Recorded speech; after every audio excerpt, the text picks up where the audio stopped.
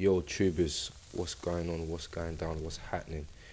It's your boy. I'm back with another video, and we're gonna be talking about match week 31. I'm excited for this weekend.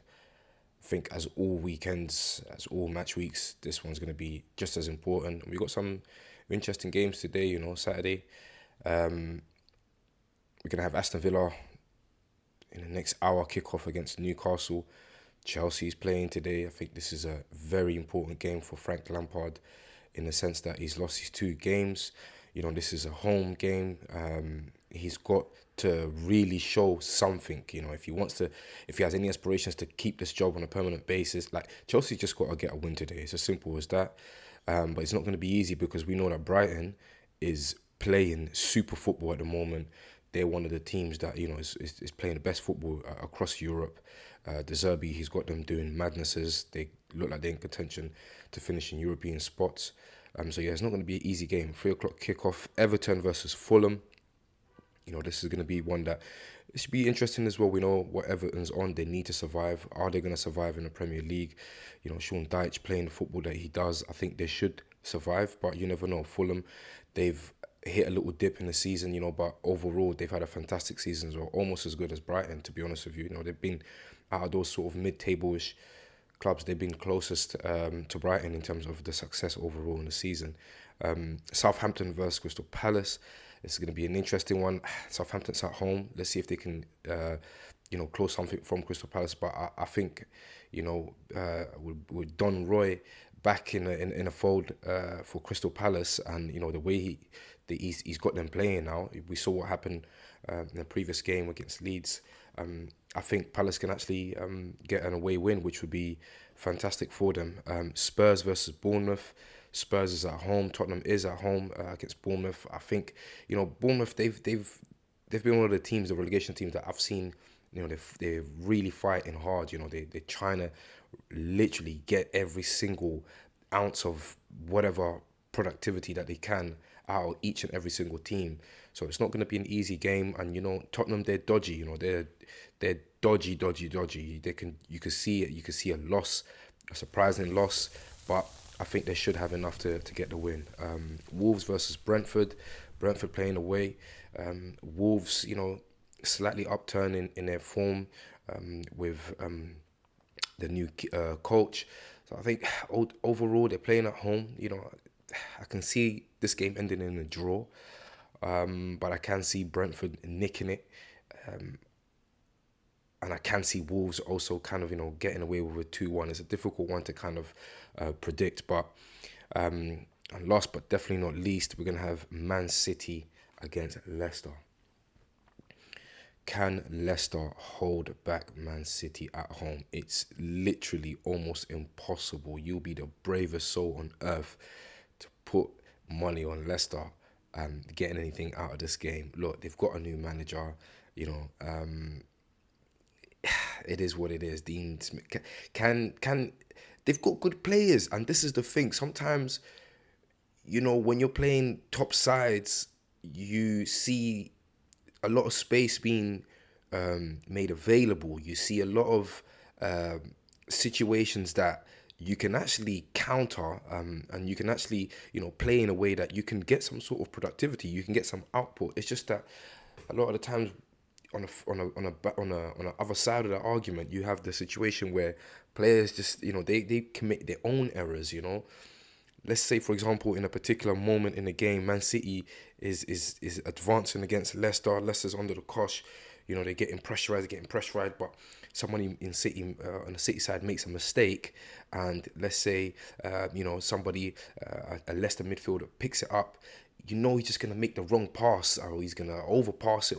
But if it was, if there was more focus, if there was a bit more composure, they can concede chances, and opposing teams such as Leicester, who's got technical players, who's got good players, they can create chances. You just never know. I'm gonna watch that game because this is a title race now between my team, Arsenal, and Manchester City. So every single City game, I'm gonna watch, I'm gonna scrutinize, I'm gonna analyze. And this is why I'm even making these videos, because I'm fully there now. Like, I'm fully, in the situation, and I'm sure many of you are also feeling like that. But yeah, these are the games that are going to happen today, guys. And of course, we're going to have most certainly the very important game, which is the Arsenal game tomorrow. And yeah, Villa against Newcastle. I'm going to be watching that one there. That one's going to be an interesting game because when you actually check it, Newcastle, even though they are not in the title race, they're going to have a say. They're going to have most certainly a say in regards to what happens with us because we still got to play them and we got to play them away. They've been in some crazy, crazy, crazy roller coaster of a season in terms of just wins and draws and wins and draws and wins and draws. Same losses as us, Arsenal, so that's joint fewest losses in a season, which is fantastic for Newcastle. That Newcastle defense, bro, with Shaw and Trippier and Dan Burn. Dan Burn is a giant, bro. He's a trust me, he's a unit. Like I saw the way how they played against us in the first game, and bro, I'm telling you, man. So I'm gonna actually definitely keep my eye on this fixture here. The Villa Newcastle fixture. As I said, Chelsea, they got to do their thing. They really have to do their thing. In terms of injuries, let me see if they have any significant injuries. Chelsea defender Koulibaly has been ruled out with a hamstring injury he suffered against Real Madrid. So Koulibaly is definitely out for this game here. Mason Mount could feature in the Premier League for the first time since the end of February after coming on as a substitute at the Bernabeu. That's crazy. Mason Mount being probably the season that he's least played in terms of appearances, but we should see him in the game today. Brighton will be out without defender Levi Colwill, who is this young gentleman here. I believe he's a Chelsea player, so he's not eligible to play the game. Tariq Lamptey is likely to be out for another couple of weeks with a knee problem.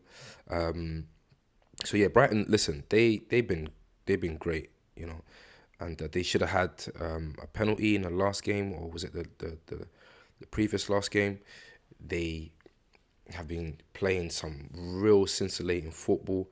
De Zerbi looks like he will be linked to some of the top jobs going this summer in terms of managerial jobs because he's doing wonders. You thought Brighton hit its pinnacle when Graham Potter was there, and you thought it was all Potter, and I think that's what essentially led Chelsea to believe that Potter was the next major English managerial talent. However, we've seen even more progression. We've seen even more success with De Zerbi at the realm. And I think if I'm not mistaken, I think the bookies actually have Chelsea to lose this game, even though they're at home. As you can see here, Chris Sutton is also predicting Chelsea to lose. He does predict Brighton to win. Brighton will quite rightly be smartened from the manner of their defeat by Tottenham last week and the wrong decisions that went against them. Yeah, so it was last week with the penalty that they should have been given. The Seagulls have one way of playing, and they are a brilliant team to watch. They deserve so much against Spurs, but I have the gut feeling that they'll get the rewards this week. And look, you got Dons predicting Brighton to win away against Chelsea at Stamford Bridge. This is how much Chelsea has fallen this season in terms of their stock, and there's just their overall fear factor. Even for a team like Brighton, they're currently 7th. So they are well away from Chelsea at the moment. 46 points as opposed to 39 for Chelsea. Chelsea need to get a result. As I said in my previous video, they are on the edge of this little relegation kind of space, this relegation column, this relegation zone, this relegation sector. This is a very split table this season. You have relegation dons that could all get dragged into it. You have obviously the red flag areas, the three last obviously positions. But when you look at it, it's and I keep saying this, it's really from Crystal Palace. So 12, yeah. So from 12th position down, you're not safe. You're really not safe. And Chelsea is in 11th with 39 points. this can become a quite nightmarish of a season. Scoreboard. Stamford Bridge has seen fewer Premier League goals than any other stadium this season, with just 28 scored in 15 games. It's incredible. That's incredible. Absolutely incredible. It's been a shocker. I think they held on to Graham Potter too much, but then I believe it came to a point where they just had to continue with him, because if the players start to feel as though, right, this guy's not going anywhere. So now it comes to a point where, I'm here playing for my career now. I'm here playing for this is my job, my future. You potentially will see an uprise. You potentially will, and I believe that he is a good coach. So what is the issue with Chelsea? Is it because the players just need a whole season? Like, just right off the season, they need a whole season. They need a whole summer, of pre-season to kind of get to know each other. Maybe that's what it is. Maybe that is all it is. But having said that, why do they believe so much that they can win the Champions League? I sincerely do believe that the only reason why they believe that is because of the type of talent that they see in that dressing room. Is nothing else other than that. No team cohesion, no confidence, no evidence of any team bonding aspect where you say, nah, do you know what? This is it. Like, these guys are gonna, you know what I mean? There's nothing of that ilk, shape or form, and I believe that's just the case. They look at all of the stars that they have and they think to themselves, how can we not put a run together where we can win some of these games? Another interesting game as well is going to be Tottenham v Bournemouth. This is going to be, of course, Tottenham's game at home. Tottenham interim boss Christian Stellini was involved in a touchline spat with Brighton counterpart Roberto De Zerbi. We know it ended very ugly last week. To be honest with you, I actually felt sorry for Stellini, because I feel as though, listen, you don't know the ins and outs, so we don't know what happened. I'm not here to make judgments. Just give my opinion here. I feel as though he actually behaved in a way where he just didn't deserve to be sent off. Whatever's happened and whatever the match officials report is going to be, and if anything comes to light, then we know the deeper facts of it. But the fact that he stood still doing the mannequin aspect of things and he just got sent off, it's okay for you to talk as long as he didn't say anything that's abusive, racial, anything of that ilk. And I'm sure if it was, it would already have come out into the public domain. So team news for this game, just roughly zapping through it. Tottenham remain without Rodrigo Bentancur, Yves Bissouma, Ben Davies, Emerson Royal and Ryan Sessegnon due to injury. Lucas Moura's banned. So they've got quite a few dons out. We know some of them have been more long-term than the others, people like Bentancur and so forth. Interim boss Christian Stellini takes charge of the 5th place Spurs following his sending off against Brighton. Bournemouth manager Gary O'Neill has a Marcos Senesi available again after a hamstring issue. Listen, this game here can end one. It can go either way.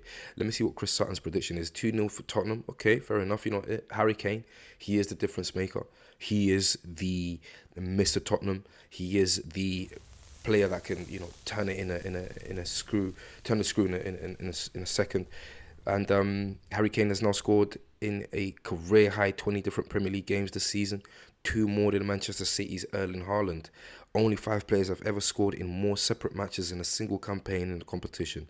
Most recently, Mohamed Salah in 24 matches in 2017-18. Harry Kane is a G. I'm not gonna lie. You can hate him as much as you want. You can misunderstand him as much as you want. But in terms of the numbers are numbers. They don't lie. They never will. They never have. And he is the guy. I think he will go to Manchester United. I do believe that we are seeing the last few games of Harry Kane in a Spurs shirt. If he has any aspirations to win a single trophy, even if it's a FA Cup, just go. I think you've done your fair bit for Spurs. You wasn't born into the Spurs realm. We know that you are a Arsenal sort of youth fan, and you that was your first sort of love.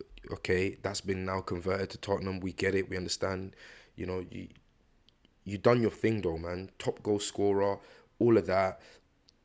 The fact that you're an England international and now you're top goal scorer for England as well, you just need to go out there and finish your career in the top club. That's what I believe anyway. But if he does, if he doesn't, we'll see. Who knows at the end of the day.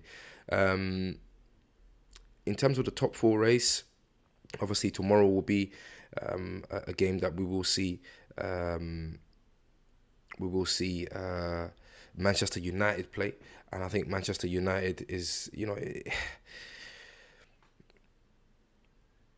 are they gonna get top four? I don't know, man. I don't know. They got injuries now. They got very key injuries now. They got Lisandro Martinez out for the season. Varane looks like he's picked up an injury. Rashford is also injured. Sitting in fourth place, indeed they are. 56 points. I think they can. I think they can. And I think it's Tottenham's that's gonna probably give them a little bit of a headache here and there. But their form, as you can see here, it's kind of up and down. Manchester United have been able to obviously pick up more wins than Tottenham, or being able to balance things a little bit more than Tottenham. That's why they sit ahead of Tottenham. But it all remains to be seen. And then, of course, last but not least, the final sort of major game will be at 5:30 today. And this fraudulent guy, this guy, I don't know what's wrong with him, bro. Honestly, I don't know what's wrong with this guy, but Manchester City forward Erling Haaland needs to score just 4 more goals to equal the all-time Premier League record of 34 for a single season.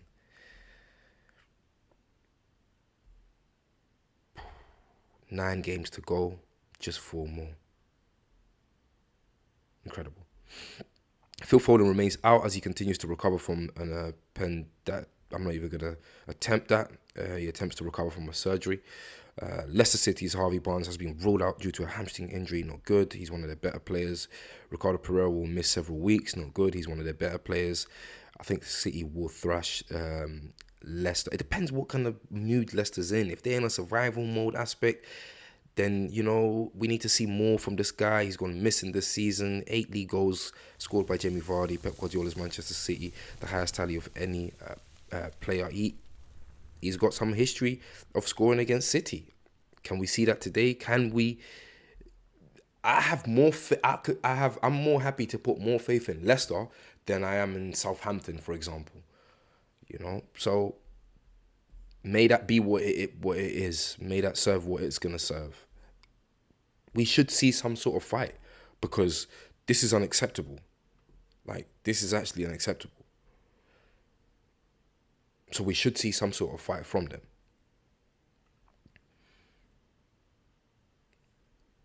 It would be difficult for me to accept that they're just gonna fold over and just because they've got nothing to lose.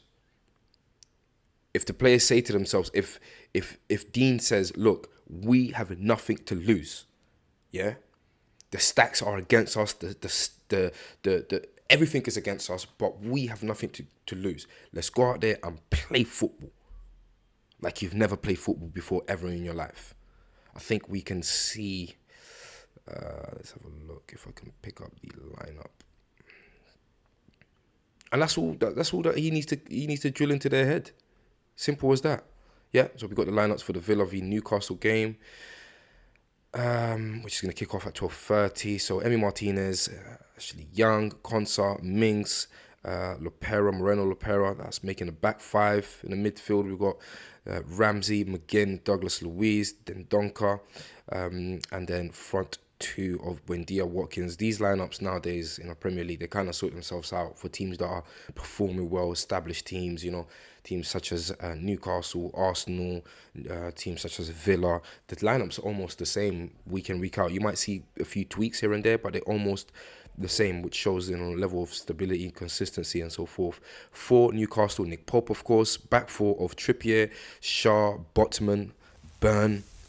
Midfielder of Gordon, Bruno Guimaraes, who's been absolutely, he's been fantastic for Newcastle. He's the reason for their revival and the way they've just been playing. So has all of them, to be honest with you. But Guimaraes will always stand out because, he's just that engine guy, Willock, so that's making up the Newcastle midfield. And then up front, we got a front 3 of Murphy, Isaac, and John Linton. I think Murphy has done good since he's deputised for Almiron, and, he's keeping him out of the team. He's keeping Almiron out of the team, as you can see here. Almiron is in a bench. Sean Longstaff, unfortunately, comes out as well for Gordon. Yeah, that's kind of and of course Wilson as well, still being kept out by Isaac. So that's gonna be a sick game. I think two solid teams in good form. Villa, we know that Watkins is cooking. He's firing on all cylinders. He's bad boy striker, Arsenal fan through and through. I would be so happy to see him in an Arsenal shirt one day. I think he's not quite ready yet to be that leading man. There's not many differences between him and Nketiah or Gabriel Jesus. I think we just need a taller profile of a centre forward, and someone that's a bit more of a, I don't know, Drogba-esque, Diego Costa-esque to come into that centre forward role and be that centre forward for the next 5, 6, 7 years for Arsenal. But yeah. I'm going to leave it there, guys. We'll have some reaction videos here and there. We're going to more or less, stay tuned into the football for today. Match week 31 is about to kick off. Tomorrow is the big one for me, of course. That's West Ham. I've done my preview video. Make sure you check out that video. Make sure you like and subscribe as well. Trying to keep you guys as informed as quick as humanly possible on all of these developments. What's this fraud guy here saying? The reality is we are 6 points behind. Tomorrow we will try to be 3 points behind. That's what we do. Leicester, come on, man. Oh, come on. I'm tired of this guy talking. I'm tired of hearing this guy on this. He's trying to apply these mind games, and Arteta is moving like he's moving how he should be. Don't get me wrong. He's deflecting all of that, but he's not really like. I want him to put some pressure on City as well. Do you know what? Them men are 6 points behind. So stop asking me all of these. Can we do it? Questions. Do you feel like the title because you drew at Liverpool? Like, yo, go and chat to them, man, and because them men are 6 points behind. Yeah, chest out, confidence, boys. I swear down. When you look at things like this, what you're looking at right now, doesn't it just show you? Doesn't it just prove to you that the season is ours? Goalkeeper of the season, Aaron Ramsdale. Player of the season, Bukayo Saka. Manager of the season, Mikel Arteta. Best playing team of the season, Arsenal Football Club. Champions, Arsenal Football Club. It's there, boys. Yeah, it's all in our hands. So far, it's still in our hands. Let's go out there and do the business. Yeah? And Leicester, if you could help us, we will be forever in your debt. We will be forever in your debt, Leicester. You need this performance. You need this. You need to claw something back. It will be a real significant, shocking, negative thing for Leicester to go back down to the Championship. They are now an established Premier League side. Gary Lineker will be, L's on L's this year for Gary Lineker, even though he switches it to W's. He flipped his match of the day thing to a W. It went from an L to a W. Let's go. This is it. The W's for Leicester for his team start today, 5:30. Nothing to lose away from home. Nothing to lose. The shackles are off. I'm going to leave it there, guys. I'm going to love you and leave you. Please drop a like on the video. As I said previously, please subscribe to the channel, and I'll see you guys in a bit. Peace.